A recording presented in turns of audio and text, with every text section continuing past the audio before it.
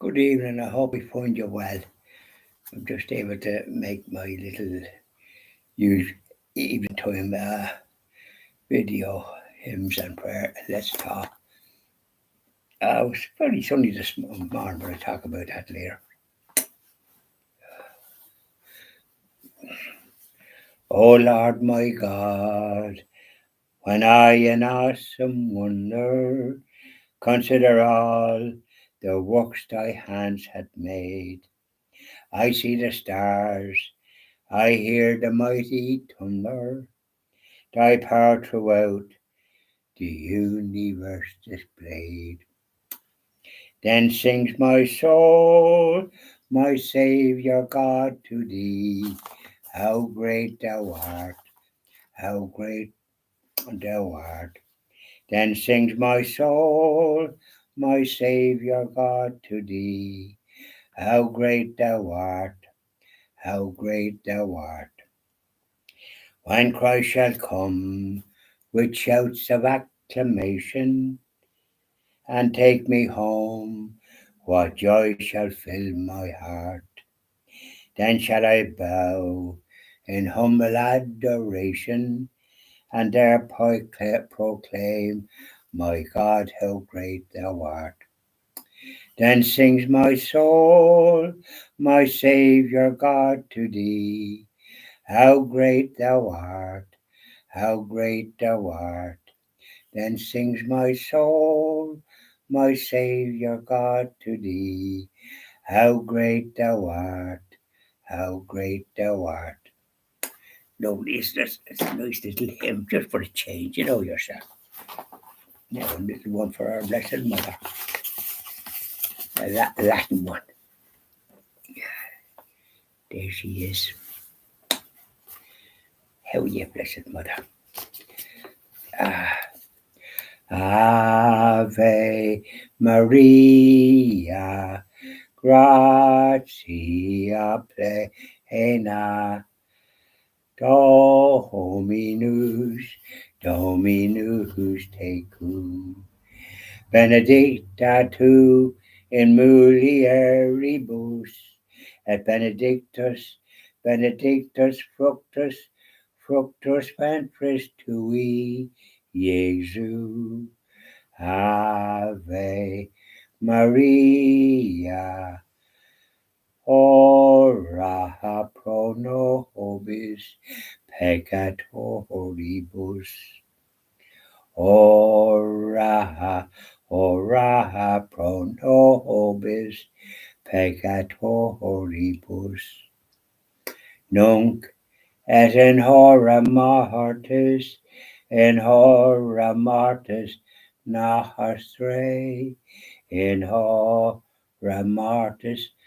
nostre. Ave Maria, Ave Maria. Lovely, isn't it? Yeah, that's that. I just changed the words because you want to be an expert to be doing it the way the ladies do it, and they do it the best as far as I'm concerned. But I like to sing it too. We used to have all these hymns years ago when I was young. It's lovely. You don't hear them now, you don't. More's the pity. But you hear them years through. And when we have our Christian TV Ireland station, you'll be hearing plenty of them. Have Rosary and Benediction. And there's Holy Mass, which will be in Latin, the universal language, the priest facing the tabernacle, an altar service. People receiving Holy Communion, kneeling at the altar, raised on the tongue. Be lovely. You'll be looking forward to it. But anyway, we're the long journey back yesterday from Listowel. I stopped in a few churches and lit candles and said prayers. And one I saw the big cross and memorial for the famine victims in Mullinahone or whatever it is. It's on the road, and there was 6,500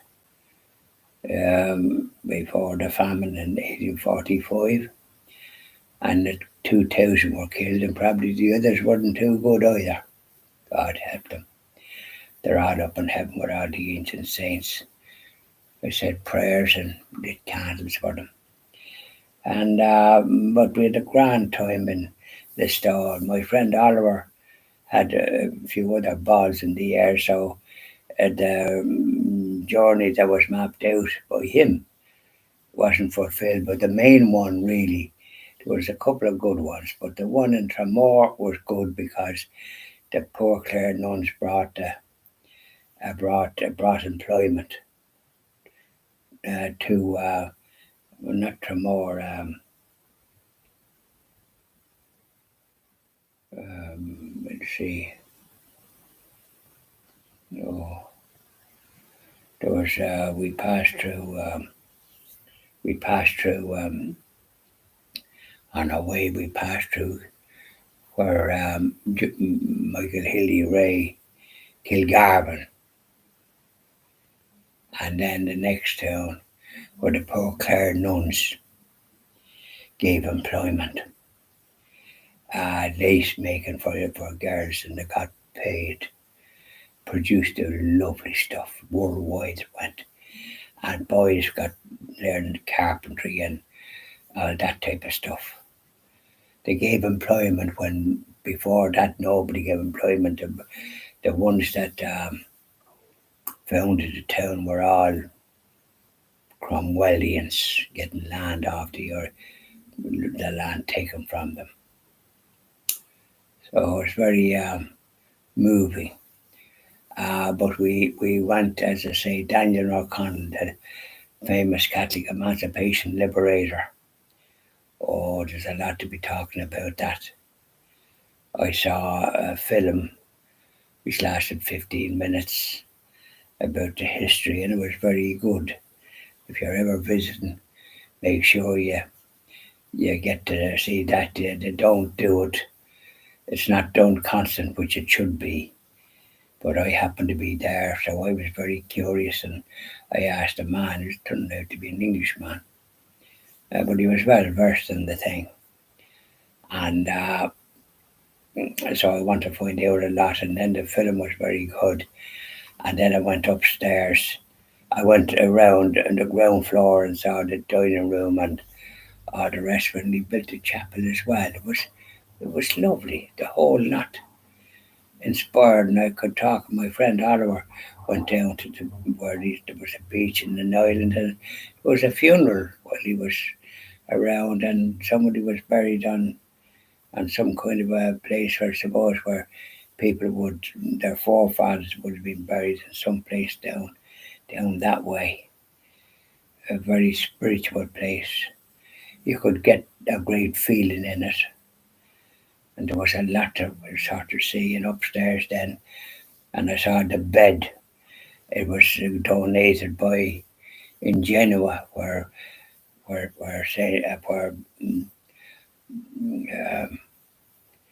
he died, the liberator Daniel O'Connell. He died, and was a priest there and a servant or two, and his son also called Daniel.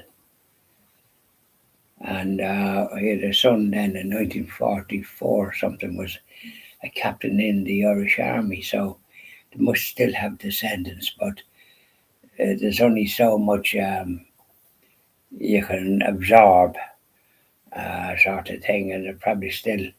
And then there was a Count O'Connell as well, who would have been very helpful, I think, when they went to France and all the rest of it. So, oh, there's a lot there to talk about. I'll have to be writing it down. And I'm minded even from Listowel, which is far enough away, you go down past Limerick, and then it's a good journey toward Foynes and on down it. Be the Lord, it's something else. You'd be tired after it, You wouldn't be fit for that.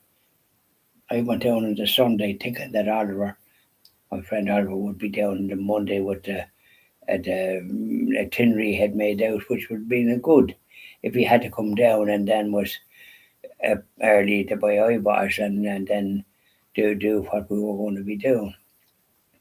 But in Tralee, when we went to the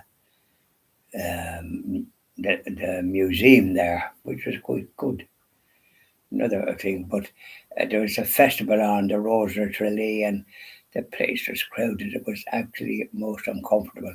But he has a sat nav that he's able to just get to exactly where he's going. But parking was another thing. There was barriers everywhere. It just was a nightmare in that sense. I wouldn't want to be spending any time in Tralee, and we had a few other places to see if he had to been down, but he had to do some chores or something with the HSE. Um, anyway, suffice to say that it was very interesting and informative. And we had one day we had thunder and lightning when we were coming back. Don't know, was it on the Monday? I think it was on the Monday, but then we didn't have any of that after. We had sunshine and most unusual signs on the sea, like from heaven or something. Anyway, well, I'll talk more about it when I'm able to analyse it a bit better. When you're after travelling one thing or another, I did a bit of physical work out there in the garden. Yeah, you could be tired. You know what I'm saying? And when I was cutting there one time, the blinking things in the garden, these kind of big old tawny things that grow up like bullthorns or whatever they are. And I had to go around the back to try and get some there because I didn't fall a few weeks ago. So I went to the doctor today because I could see my left leg where but I put iodine on and what I could see I got a couple of cuts. I think that does the job. That's a great thing to have in your house, iodine. And olive oil is I think it's olive oil, is it? Whatever it is. But supposed to say he examined it and there's no infection, and he told me what to put on it because I had to go just to see because like it, But he said there's no infection, so I was lucky. Lucky I put on the iodine because I know that's a great thing for dealing with cuts. Oh, it had a job. So enjoy the rest of your evening. So I'm back to normal, although I was still working. It's a tiring effort, when you're cutting. I have an electric thing with jigs that I got on the internet. And, it's something else, isn't it? So bye now and enjoy the rest of your evening. And I did a bit of washing as well, so I had stuff hanging out from this morning. Dry it was, but I had to give it an extra dry with the radiators. So bye now and enjoy the rest of your evening.